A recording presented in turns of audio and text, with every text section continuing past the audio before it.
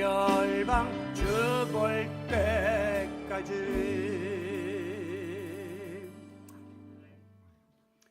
매년 10월이 되면 질병관리청에서 문자가 뜹니다. 독감 예방주사를 맞으세요. 그리고 코로나 예방주사도 동시에 접종할 것을 권장합니다. 여러분이 이 문자를 보고 아이고 작년에도 맞았는데 뭐 귀찮게 또 맞으라 그래. 그리고 거부하면 특별히 여기 60 이상의 고령층은 생명의 위협을 감수해야 합니다. 이와 같이 매년 독감 유행에 앞서서 주기적으로 1년에 한 번씩 백신 접종을 해야 하는 것이 필수예요. 한 번 맞았다고 끝나는 게 아니라 계속 맞아주어야 항체가 생긴다는 거죠. 자, 우리가 이제 여름철이 되어서 장거리 여행을 떠나게 되면 자동차에다 기름을 가득 채우고 떠납니다. 그러나 이곳저곳 다니면서 가다 보면 주유 사인에 불이 들어옵니다. 그러면 아이고 가다가 늦지라고 하지 말고 지체치 말고 가까운 주유소에 가서 기름을 만땅 채워야 됩니다. 이 만땅이라는 말이 무슨 말인가 저도 쓰기는 썼지만 궁금했는데 원래 합성어더라고요. 만이라고 하는 한자의 가득이라는 뜻과 탱크라고 하는 만탱크라는 뜻을 합친 건데 우리나라 사람들은 특히 일제시대 영향을 받으면서 만땅으로 채워달라 그렇게 이야기를 한 것 같아요. 왜 즉시 채워 넣어야 되냐면 제가 한번 불이 들어왔는데 분당에서 여기까지 충분히 올 거리예요. 그래서 자신만만하게 기름을 안 넣고 왔는데 중간에 교통사고가 나서 터널이 막히니까 차가 오도 가도 하지 못한 상태에서 기름은 점점 다 떨어져가지고 길거리에 차가 쓰는 그런 일이 벌어진 적이 있어요. 그 다음부터는 사인이 오면 무조건 무슨 일이 일어날지 모르기 때문에 기름을 채워요. 작년에 나가사키 성지순례를 교인들과 함께 갔는데 한 이틀이 지나자 우리 교인들이 아우성을 치면서 목사님 커피 플리즈, 별다방 플리즈 그러면서 거기를 가자는 거예요. 그래서 이제 가이드한테 요청을 했더니 여기 나가사키 그 약간 변두리 가면 그 커피 전문점이 없을 뿐 아니라 길거리에 이렇게 대형 버스를 세워놓고 커피 30잔 뽑으려면 큰 무리가 생기기 때문에 불가능합니다. 그래서 우리가 찾아 헤매다가 조그만 개인 커피숍을 가가지고 커피를 마신 적이 있습니다. 우리나라 사람들의 커피 소비량이 세계 2위. 개인이 마시고 있는 커피는 평균 세계 소비량의 2배. 예를 들어 우리가 마시고 저도 벌써 아침에 2잔을 마셨거든요. 특별히 아이스 아메리카노. 이거는 얼죽아라고 얼어 죽어도 아이스 아메리카노. 그래서 겨울에도 마시는 민족은 대한민국 국민밖에 없습니다. 왜 한국 민족들이 이렇게 시원한 아이스 아메리카노를 겨울에도 마실까 생각했더니 그만큼 우리 마음에 쌓인 게 많고 답답한 게 많아서 시원한 아이스 아메리카노도 들이키면서 해소하는 게 아닌가 하는 생각을 해보았습니다. 지난 주일날 커피 머신이 고장이 났는데 교인들이 오자마자 커피를 찾는 사람이 그렇게 많은 거예요. 우리 교회 저 커피가 보통 일반적인 커피보다 훨씬 더 퀄리티가 높은 블루 마운틴이라고 하는 저 레벨에서 가장 비싼, 오늘 또 다만이 잡수겠네. 커피예요. 그러다 보니까 교인들이 기다리는 거예요. 와서 줄을 서고 저 커피 마시겠다고. 우리가 알게 모르게 카페인 중독이 지금 되어 있는 거죠. 여러분들이 커피숍에 가서 이게 보편화되어 있지는 않지만 한 잔 더 잡수고 싶으면 뭐 반값을 내더라도 리필 해달라 그래요. 리필. 다시금 가득 채워달라는 거예요. 기름을 꽉 채우듯이 접종을 주기적으로 하듯이 계속해서 채움받는 이 리필이 성령 충만에도 필요하기 때문에 제가 서두에 거창하게 이런 이야기를 꺼낸 겁니다. 많은 사람들이 성령 충만은 내가 옛날에 왕년에 기도원에서 성령 체험했기 때문에 끝났다라고 생각하는데 천만의 말씀. 어떤 사람은 10년, 20년 전 성령 체험한 것을 가지고 지금까지 우려먹으면서 그때 내가 기도원 갔을 때 그때 성령 체험했고 이거 안 돼요. 지속적인 성령의 충만, 재충만이 우리 가운데 있어야 한다는 거예요. 신학적으로 성령 세례와 성령 충만은 구분이 되는 것이 맞습니다. 자, 우리가 세례 예수 믿고 구원받으면 다 한 번 받잖아요. 세례 받은 날 한 번이지 세례를 계속 받지 않은 것처럼 성령 세례는 우리가 처음에 예수 그리스도를 구주로 영접할 때에 우리 모두가 경험하게 됩니다. 왜? 고린도전서 12장 3절에 보면 성령으로 아니하고는 누구든지 예수를 주시라 할 수 없느니라. 여러분이 예수님을 구주로 영접한 사람은 여러분의 생각과 의지로 한 게 아니라 다 성령님이 감동을 줘가지고 권면을 해서 성령 세례를 이때 우리가 다 받았다고 하는 말씀이에요. 그러나 성령 세례는 물 세례처럼 일회적으로 끝나는 거지 계속 반복되는 것이 아닙니다. 우리가 성령 세례를 받음으로 더 이상 죄에 속한 자가 아니고 하나님의 자녀가 되었고 천국 백성이 되므로 거듭났다. 이걸 기독교 용어로는 중생했다. 그리고 영어에서는 born again, 다시 태어났다. in Christ, 주 안에서 우리가 다시 태어났다. 이렇게 말하는 거예요. 그래서 우리가 새 사람이 되는 변화를 경험하게 됩니다. 그러니까 여러분들이 어떤 분들이 기도할 때 오늘도 예배를 통해서 중생하게 해주시고 그런 기도하는 분도 있는데 그건 좀 맞지 않는 거예요. 중생은 한 번 하는 거예요. 거듭남으로 예수님 영접함으로 한 거예요. 문제는 영적으로 우리가 아무리 거듭났다 해도 갑자기 한순간에 온전한 모습으로 거룩히 성화된 모습으로 사는 것이 아니라 여전히 악한 속성이 있고 세상적인 생각들이 우리를 유혹함으로 우리로 하여금 범죄하도록 만든다는 것입니다. 그러므로 우리가 하나님 나라의 백성답게 늘 승리하며 살려면 계속적인 성령의 기름 부음을 통해서 지속적인 성령 충만과 성령의 재충만을 받는 일이 필수임을 믿으시기 바랍니다. 마치 커피를 다 마시면 또 리필을 해야 되듯이, 마치 기름의 주유가 다 떨어지면 또 탱크에 채워야 하듯이 성령 충만을 계속 공급받아야 승리하는 삶을 살아갈 수 있다는 거죠. 마태복음 25장에 보면 10처녀의 비유가 나오는데 지혜로운 5처녀는 등불에다가 기름을 잘 준비했다가 신랑이 올 때에 잘 맞이합니다. 그런데 어리석은 5처녀는 기름을 미처 준비하지 못했다가 신랑이 늦게 오니까 기름이 다 달아가지고 낭패를 당한다라고 하는 비유가 나옵니다. 이 말씀은 마지막 때에 주님을 맞이할 준비를 갖추려면 성령의 충만함을 통해서 성령의 기름을 준비해야 된다. 그런 의미란 말이죠. 우리가 성령의 기름을 늘 가득 채워놔야만 재림하시는 주님이 언제 오시든지 맞이할 수 있다. 이렇게 비유하고 있는 겁니다. 요한일서 2장 27절에도 보면 너희는 주께 받은 바 기름 부음이 너희 안에 거하나니 그의 기름 부음이 모든 것을 너에게 가르치며 그랬어요. 자, 성령님의 별명이 보혜사라고 했습니다.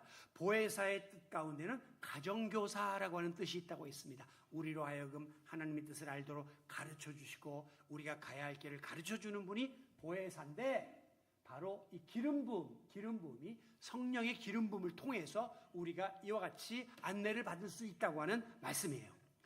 누가복음 4장 18절에 보면 주의 성령이 내게 임하셨으니 이는 가난한 자에게 복음을 전하게 하시려고 내게 기름을 부으시고, 예수님이 하신 말씀인데 예수님께 하나님이 성령을 부어주셨는데 궁극적인 목표가 뭐냐면 이 표현을 내게 성령이 기름을 부으셨다. 그렇게 표현하고 있습니다. 그러므로 성령의 기름 부음이라고 하는 것은 우리가 지금 사용하는 성령 충만, 성령 재충만을 뜻한다고 말할 수 있습니다. 어떤 신학자들은 특별히 세대주의에 속한 신학 계통은 오순절 성령 강림 사건은 초대교회에 하나님이 복음 전도의 역사가 필요했기 때문에 한번 그때 오순절을 확 부어줘가지고 제자들이 능력을 받아갖고 사역하도록 하신 일종의 역사적으로 일회적인 사건이다. 그렇게 말합니다. 즉 사도행전에 나오는 그 성령 충만으로 끝났다는 거죠. 그게 지금까지 지속되는 게 아니라 이렇게 이야기하는 사람들이 있습니다. 그러나 일반적인 우리 기독교의 견해는 그렇지가 않아요. 왜? 성령 충만을 체험한 이후에 계속해서 일어나는 일들을 종합해 보면 당시의 제자들에게 임했던 성령이 한번 확 초대교회 직전에 오순절 마가다락방이 임하고 끝난 게 아니라 동일한 성령의 역사가 계속적으로 반복되고 있는 것을 우리가 발견할 수 있기 때문입니다. 그래서 우리가 사도행전을 성령행전이라고 불러요. 사도행전은 온통 성령의 역사로 도배가 되어 있기 때문이에요. 여러분, 오순절날 성령 체험한 제자들에게 나타난 가장 공통적인 변화가 뭐냐? 전에도 말씀드린 것처럼 오직 성령이 임하시면 너희가 권능을 받고 라고 하신 약속의 말씀처럼 제자들이 권세를 지니게 되었다는 거예요. 능력을 받게 되었다는 거예요. 그 대표적인 예가 바로 수제자 베드로라고 했습니다. 여자 종 앞에서도 벌벌 떨면서 예수님을 3번이나 부인했던 베드로가 성령 충만이 임한 다음에 담대하게 나가서 복음을 전하게 되고 마지막에 십자가에 달려 죽기까지 충성한 것을 보면 성령의 능력은 우리에게 권세를 가져다 준다 하는 것을 깨닫게 하는 것입니다. 자, 베드로가 이제 성령 충만을 받아요. 사도행전 2장에서. 그러고 나서 어떤 일이 벌어졌느냐? 3장으로 넘어가 보면 제가 오늘 이제 사도행전을 쭉 훑을 거예요. 많은 회중 앞에서 담대하게 십자가의 복음을 전하고 예수님이 하나님의 아들임을 선포합니다. 그런데 베드로의 설교를 듣고 성령 충만한 베드로의 설교에는 권세가 있었어요. 그러니까 많은 회중들의 마음이 찔려가지고 형제들아 우리가 어찌할 거라며 회개하는 역사가 나타났습니다. 그러면 우리가 어떻게 해야 됩니까? 라고 막 회개했어요. 그때 베드로가 뭐라고 말하냐면 너희가 회개하여 예수 그리스도의 이름으로 세례를 받고 죄사함을 얻으라. 그리하면 성령을 선물로 받으리라. 자, 베드로가 너희가 이제는 회개해서 예수님을 영접하면 성령이 선물로 너에게 주어질 것이다 라고 성령을 언급하고 있어요. 자기가 오순절날 받았던 그 성령으로 끝나는 게 아니라 이 성령이 너희 회중에게도 똑같이 또 임할 것을 말씀하신 장면입니다. 그리고 나서 이제 3장으로 넘어가요. 사도행전. 그러면 성령이 충만했던 베드로와 요한이 성전 미문 앞에서 구걸하던 평생 동안 일어나지 못하는 걷지 못하는 안전뱅이를 일으킵니다. 성령의 능력으로 권능이 있으니까 병자를 고쳤단 말이에요. 이 사실이 예루살렘에 소문이 퍼지니까 성 안이 빨갛 뒤집혔습니다. 베드로와 요한이 안전뱅이를 고쳤다. 위협받은 사람이 누구냐면 당시에 종교 지도자들이 위협을 받기 시작한 거예요. 왜? 예수 십자가에 죽여놨는데 그들의 제자들이 큰 역사를 일으킨다고 하니까 궁지에 몰리게 되자 공회가 그들을 잡아들여가지고 뭐라고 협박을 하냐면 앞으로 예수의 이름으로 말하지도 말고 가르치지도 말라. 만약에 그렇지 않으면 너희가 죽임을 당할 것이다. 이렇게 위협을 한 다음에 놓아줬습니다.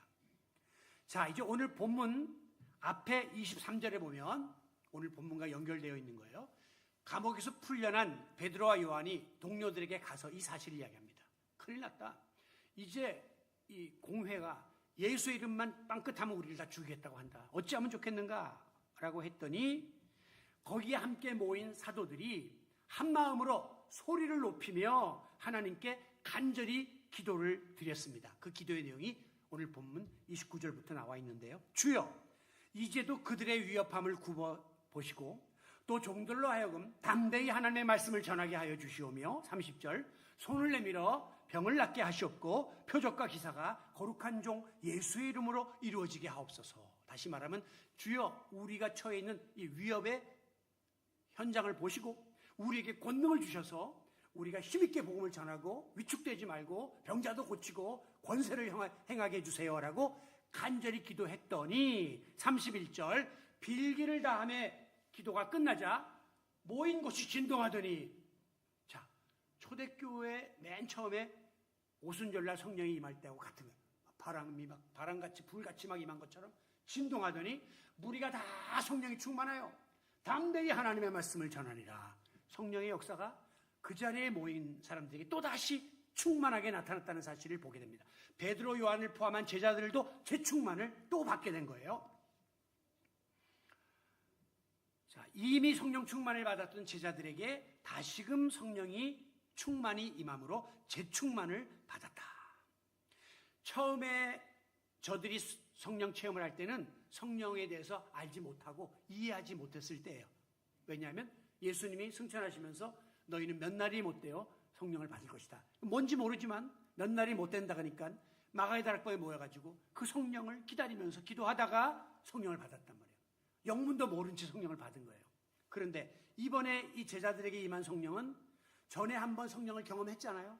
그런데 지금 어려움이 오니까 아버지 이 위기를 이겨나갈 수 있도록 권능을 주세요. 그때도 능력을 받아갖고 막 나가서 전도하고 했는데 그런 힘이 지금 필요합니다 라고 지금은 기도하면 성령이 임한다는 걸 알고 기도한 거예요.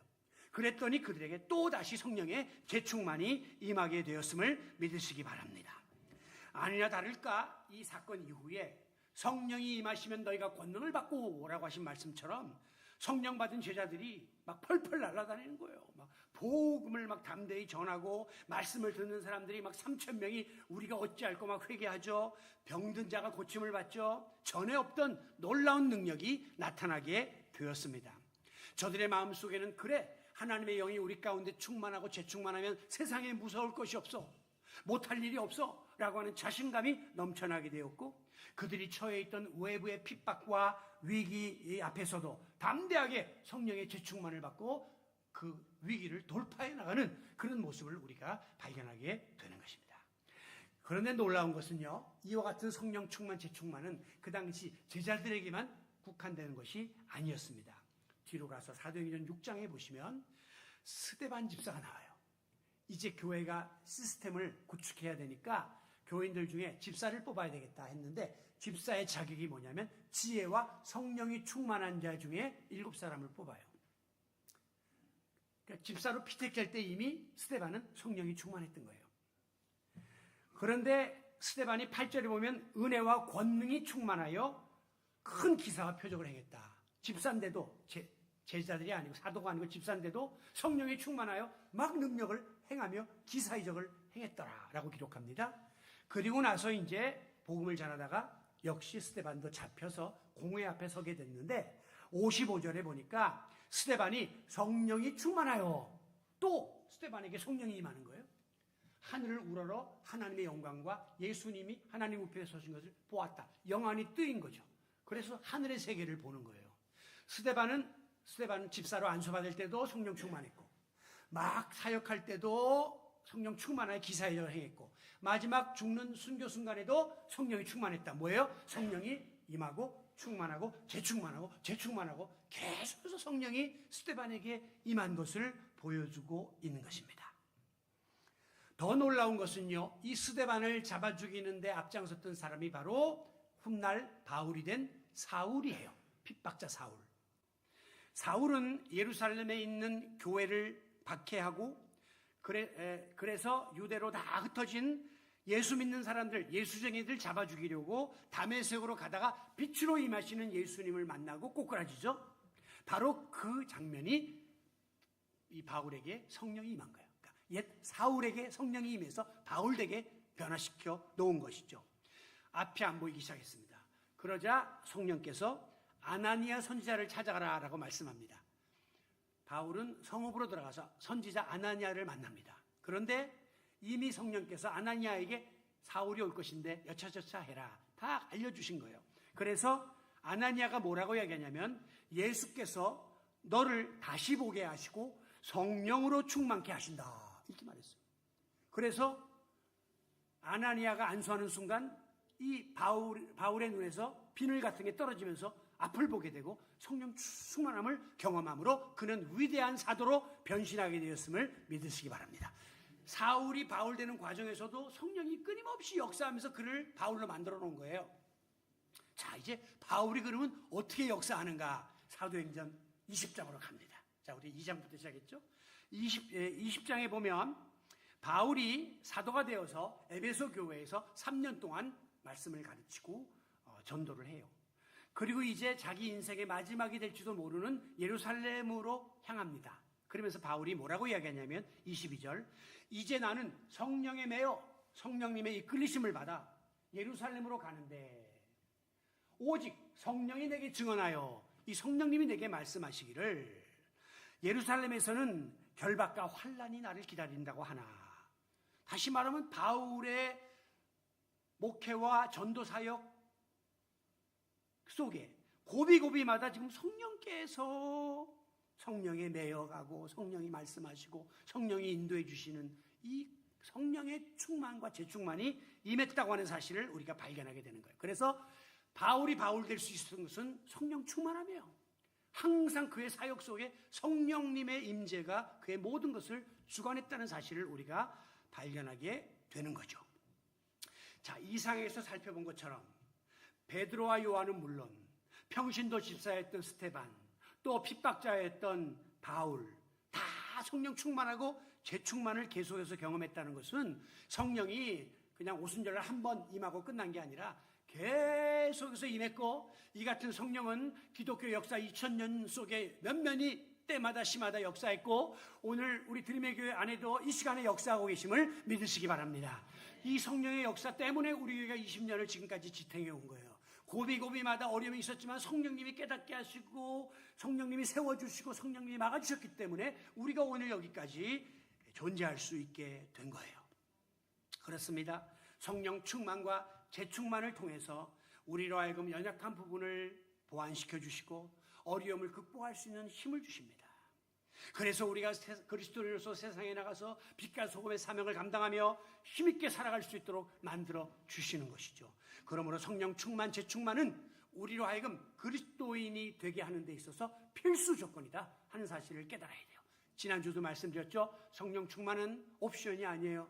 있어도 되고 없어도 되는 썬루프 같은 게 아니에요.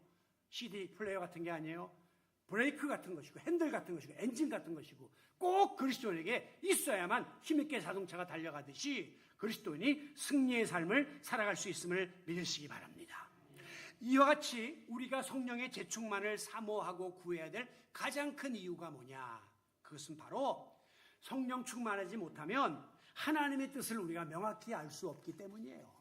여러분이 성령 충만하지 못한 상태에서 성경을 보면요, 육신의 눈으로 지식의 눈으로 보기 때문에 성경의 앞뒤가 안 맞고 이게 마음의 감동으로 오질 않아요. 그런데 성령의 감동을 통해서 영안이 밝혀지면요, 성경 말씀이 살아있고 생명력이 있어서 우리의 심령 골수를 쪼개는 역사가 나타난단 말이에요. 똑같은 성경인데 어떤 눈으로 보느냐에 따라 다른데, 성령님이 우리 가운데 임하셔서 영적인 눈을 띄워주실 때 이런 일들이 벌어지고, 따라서 우리는 하나님의 뜻이 무엇인지를 성경 속에서 명확하게 찾아낼 수가 있습니다.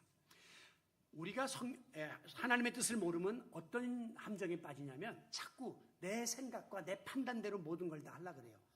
말로는 예수 믿는다고 하지만 실제 하는 거 보면 다 자기 마음대로 하고 있는 거예요.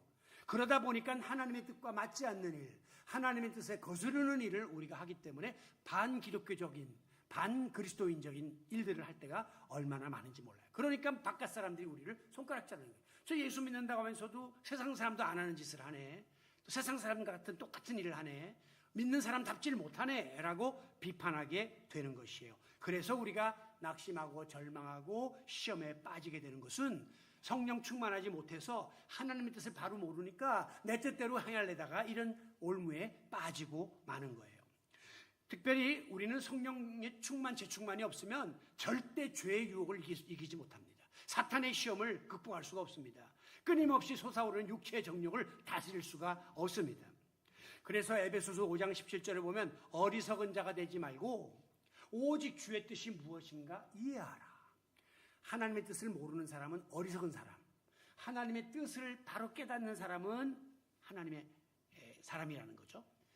술 취하지 말라, 이는 방탕한 것이니 오직 성령의 충만을 받으라 하면서 술 취함과 성령 충만을 대비하고 있습니다. 마치 술 취한 사람이 비몽사몽간에 그냥 신이 난 것처럼 성령 충만한 사람들이 술 취한 사람처럼 막 이렇게 새술에 취한 사람을 그랬잖아요. 술 취한 사람은 세상이 다 자기 거인 것처럼 성령 충만하면 내가 모든 것을 할 수 있다는 거예요. 술 취한 사람은 대부분 웃으면서 기뻐하고 좋아합니다. 세술에 취한 성령 충만을 받으면 막 마음의 기쁨과 감사가 날마다 넘쳐나거든요. 그런데 우리가 성령 충만을 받는 궁극적인 목표가 뭐냐? 하나님의 뜻을 바로 깨닫고 이해하기 위해서라고 하는 거예요. 하나님의 뜻을 바로 깨달으려면 성령 충만으로 무장해야 한다.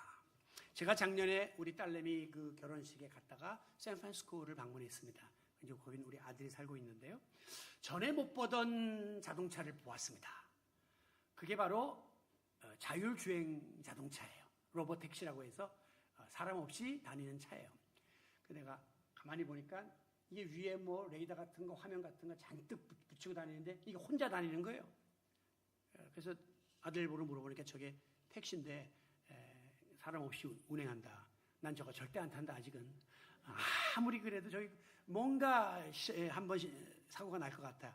근데 놀라운 것은요, 이 자율주행차 안을 들여다보면요, 핸들도 없고 우리가 말한 뭐 브레이크도 없고 요거 딱 하나 모니터만 하나 있습니다. 그리고 이 차들은요, 엔진룸을 열어보면요, 엔진이 없어요. 다 전기차 시스템으로 되어 있기 때문에. 하여간 우리가 생각 못한 그런 독특한 차가 돌아다니고 있는데, 오로지 밖에 장착된 이 외부의 센서, 레이더, 뭐 카메라 이런 게 돌아다니면서 모든 정보를 다 주는 거죠. 그거를 가지고 길거리의 상황을 다 파악해서 쓰기도 하고 가기도 하고 이러는 거예요. 그러니까 탑승자는 스위치 딱 누른 다음에 목적지만 말하면 돼요. 양재동 드림의 교회, 그리고 가만 앉아 있으면 얘가 교회 앞에까지 모셔다 드리는 거죠. 다시 말하면 탑승자나 운전자의 의지와는 아무 상관이 없이 지 차가 지 마음대로 다니는 거예요. 왜? 컴퓨터가 모든 정보를 다 입수하고 동네 상황, 길거리 상황, 신호등 상황 다 알아가지고 자동으로 길을 안내해 주므로 우리는 그냥 알아서 가고 알아서 서고 알아서 목적지까지 안내해 주니까 우리는 그냥 내리기만 하면 되는 거예요. 물론 페이는 해야 되겠지만. 여러분, 페이도 이제 다 뭐 인터넷으로 해서 다 조절이 돼 있어요. 여러분, 우리가 성령 충만을 받으면 내 안에 거하는 성령님이 내 생각과 마음과 말과 행동을 다 저렇게 주관하신다니까요. 내가 좀 잘못된 길로 가면 다 사그라뜨리고 다 조정해갖고 성령님이 친히 아버지가 원하시는 뜻대로 우리의 모든 삶을 인도해 주시는 거예요. 그 결과 잘못된 길로 들어서지 않도록, 죄를 짓지 않도록 막아주시고, 또 내가 가야 될 인생의 속도도 다 조정해 주시고 완급을 다 조정해 주시기 때문에 우리의 형편과 사정을 가장 잘 아시는 성령님이 우리의 삶을 온전히 주장하셔서 합력하여 선을 이루도록 책임져 주심을 믿으시기 바랍니다. 그래서 우리가 성령 충만을 필수적으로 받아야 된다는 거예요. 성령 재충만 받으면 이렇게 다 알아서 우리 성령님이 우리의 삶을 주관하시고 인도해 주시기 때문입니다. 우리가 자칫 성령 충만을 받으려는 목적이 내가 세상에서 잘되고 복받기 위해서 성령님을 이용하려고 하는 생각을 할 때가 있는데 이건 아주 잘못된 것입니다. 사도행전 8장에 보면 마술사 시몬이가 마술을 부려가지고 사람들 돈 뜯어먹는 사람인데 성령 충만을 받은 제자들이 옆에서 병자가 막 도망가고 귀신이 막 쫓겨나가고 보니까는 자기 영업이 방해되는 거예요. 옛날에는 마술사한테 와가지고 뭐 주술로다가 했는데 이 사람들은 뭐 말씀의 권세로 막 기사회적을 행하니까 야, 저 사람들이 가지고 있는 능력을 나도 가지면 좋겠다라는 생각을 했어요. 그래가지고 뭐라고 제자들에게 말하냐면 그 성령의 능력 나한테 팔래? 내가 돈 무지무지하게 많이 줄 테니까 성령의 능력 팔래? 왜? 그거 내가 받아가지고 마술을 해가지고 이용해가지고 돈 벌어먹으려고 성령을 이용하려고 했던 거죠. 그랬다가 책망받고 저주받은 사건이 나옵니다. 여러분, 하나님이 우리에게 성령 충만을 주시고 재충만을 주시는 이유는 여러분 자기 만족 속에 황홀경 속에 살라고 주시는 거 아니에요. 여러분의 일들이 형통해서 복 받으려고 주는 게 아니에요. 정확하게 성령 충만의 목적을 말씀한 것이 사도행전 1장 8절인데 거기 보면 오직 성령이 너에게 임하시면 너희가 권능을 받고, 아까 말했죠? 성령이 임하면 권능이 주어진다. 병 고치는 권능, 복음 전하는 권능, 하나님의 뜻을 깨닫는 권능, 세상을 이기는 권능이 주어지는데 궁극적으로 그러면 뭐 하라고 하느냐? 예수 그리스도의 증인이 되라고, 복음의 증인 되어서 그리스도인답게 능력 있게 살고 전도하며 살고 빛과 소금의 사명 감당하라고 성령 주시는 거지, 무슨 그거 가지고 영업에 도움이 되고 뭐 축복받고 이렇게 주는 게 아니라는 것을 명확하게 우리는 알아야 합니다. 사도들은 이와 같은 성령 충만의 목적을 잘 알고 있었어요. 그렇기 때문에 사기의 유익을 위해서 성령 충만을 이용하지 않았습니다. 베드로가 성령 충만한 걸 이용해가지고 아버지여 고기 많은 데를 알려주셔서 다시 업으로 가가지고 고기 많이 잡으려고 하는 이런 짓 안 했다는 거예요. 다 버리고 오로지 주님의 사도로 자기의 생명을 바치면서 복음 전도에만 힘썼던 거예요. 오늘 제자들이 그러했던 것처럼 우리도 세상에 물들지 않게 하시고 죄를 이기게 하시고 날마다 승리하는 성도의 삶을 살 수 있도록 성령의 충만, 재충만을 구하는 성도 여러분들이 되시기를 바랍니다. 중요한 것은요, 성령의 충만, 재충만을 받으려면 우리가 성령 충만을 사모하고 구해야 한다는 것입니다. 뭐든지 사모하고 구하지 않는데 이루어지는 것은 없어요. 오늘 본문의 제자들처럼 왜 제자들이 성령을 구했습니까? 지금 위협이 있잖아요. 지금 말씀 못 전하게 하잖아요. 우리가 이거 극복할 수 있도록 힘주세요 라고 하나님의 뜻을 바로 깨닫고 전하게 해주세요 라고 성령 충만을 간구한 거예요. 구했기 때문에 그들에게 성령 충만이 임했습니다. 오늘 31절에 보면 빌기를 다하며 그랬는데, 빌기를 다했다는 말은 기도의 분량이 찼다는 거예요. 모인 것이 진동하더니 성령 충만이 임했다. 기도의 응답으로 성령이 주어졌다는 거죠. 제가 가끔 이 어린아이들 물놀이 동산 같은 데 가보면 큰 바켓 같은 게 하나 있는데, 버켓이 있는데 거기 물이 꽉 채워져요. 그리고 일정한 물이 채워지면 그게 확 뒤집어지면서 폭포수같이 물이 쏟아지면 애들이 그 밑에 가서 막 즐기는 모습이 나옵니다. 애들이 아무리 수백 명이 밑에서 기다려도 때가 차지 않고 그 용기에 그릇이 안 차면, 물이 안 차면 안 뒤집어져요. 시간이 돼서 거기에 물이 참으로 자동적으로 물이 쏟아지게끔 되어 있다. 우리가 기도의 분량이 내가 아무리 기도했다고 응답되는 게 아니라 하나님이 원하시는 그 때가 있고 기도의 분량이 채워져야 기도 응답이 우리에게 주어지는데, 여기 제자들은 본문에서 빌기를 다하며 그 기도의 분량이 차니까 성령이 임했더라 기록하고 있습니다.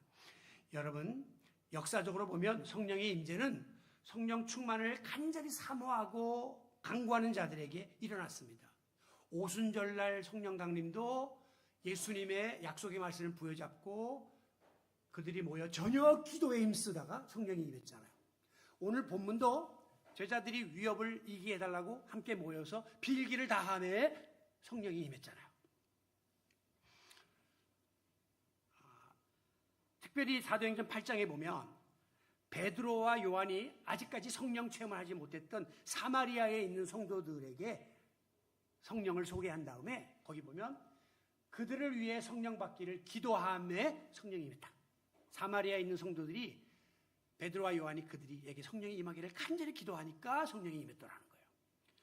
그런가 하면 사도행전 19장에 보면 성령에 대해서 들어보지도 못했던 에베소 성도들이 나오죠. 너희가 믿을 때 성령을 받았느냐? 그러니까 에베소 성도들이 우리는 성령이 있음을 알지도 듣지도 못했노라 할 때에 바울이 그들에게 안수함에 성령이 임했다. 안수도 결국 기도예요.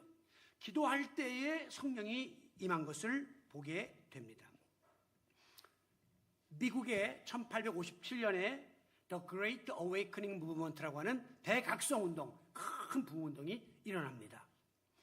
이 시발점이 뭐냐면 당시에 48살이었던 평신도 제레마이어 램피아라는 사람이 주님의 음성을 들어요. 너는 나를 위하여 1시간도 깨어있을 수 없더냐? 1시간도 나를 위하여 기도할 수 없단 말이냐? 라고 하는 주의 음성을 듣고, 그 당시가 미국의 경제공황이 와가지고 굉장히 사람들이 낙심하고 어려울 때였습니다. 그런데 그가 뉴욕 가장 한복판에 맨하튼이라는 게 있는데 맨하튼에 있는 맨하튼 교회에 가서 기도를 시작했습니다.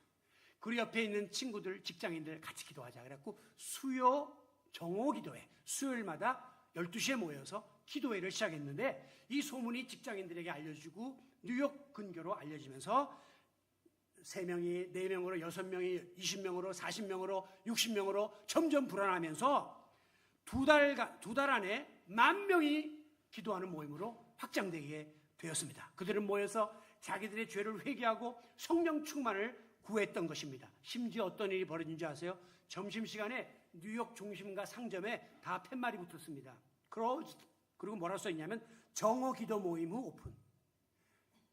장사들도 다 거기 가는 거예요.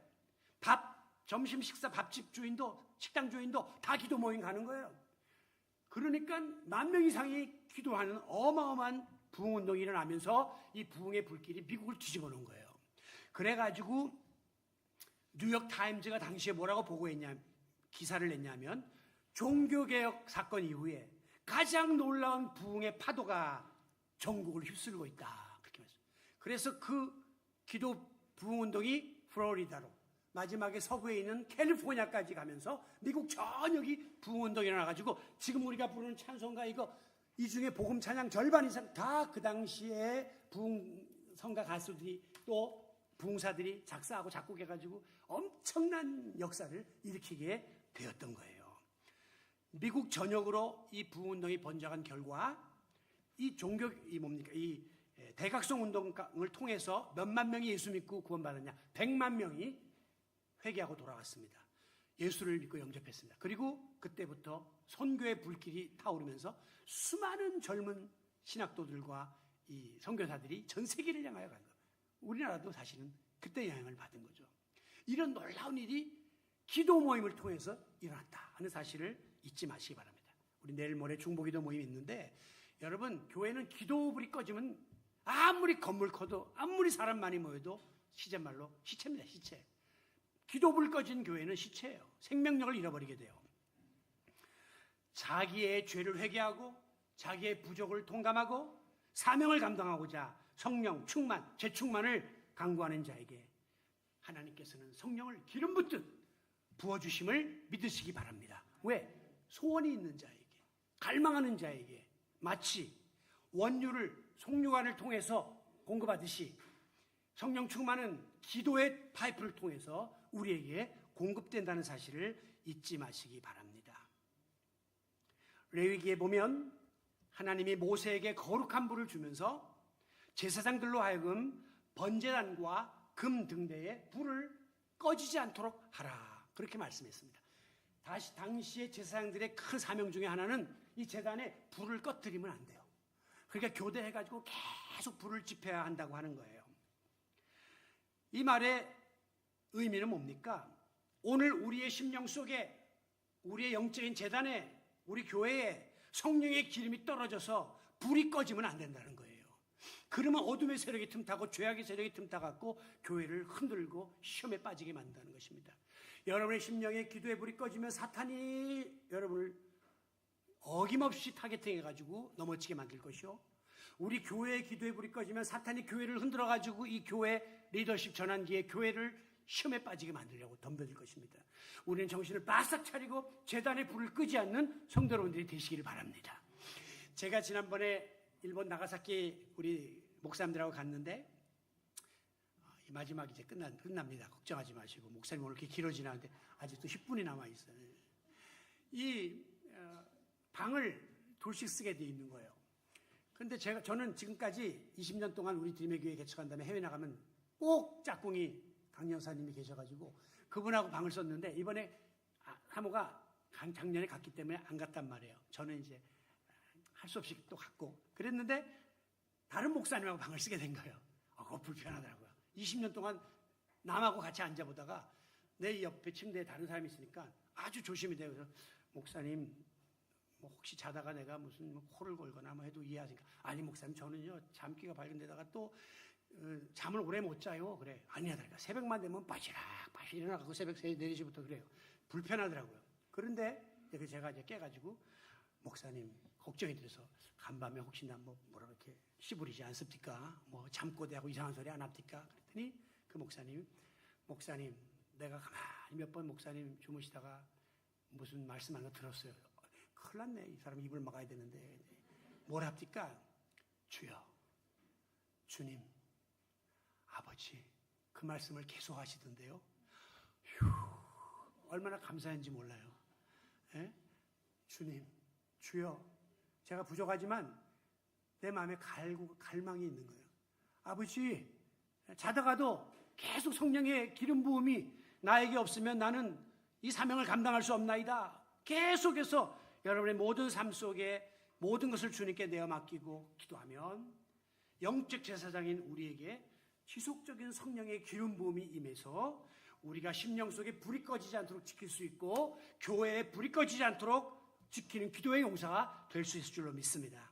아무쪼록 기도할 때마다 성령 충만, 성령 재충만 간절히 사모하며 간구함으로 위로부터 지속적인 성령의 기름 부으심을 공급받아서 이 죄악 세상 속에서 나를 이기고 죄를 이기고 유혹을 이기고 사탄의 시험을 이기고 날마다 승리하는 권세 있는 능력 있는 성도 여러분들이 되시기를 예수 그리스도의 이름으로 축원합니다.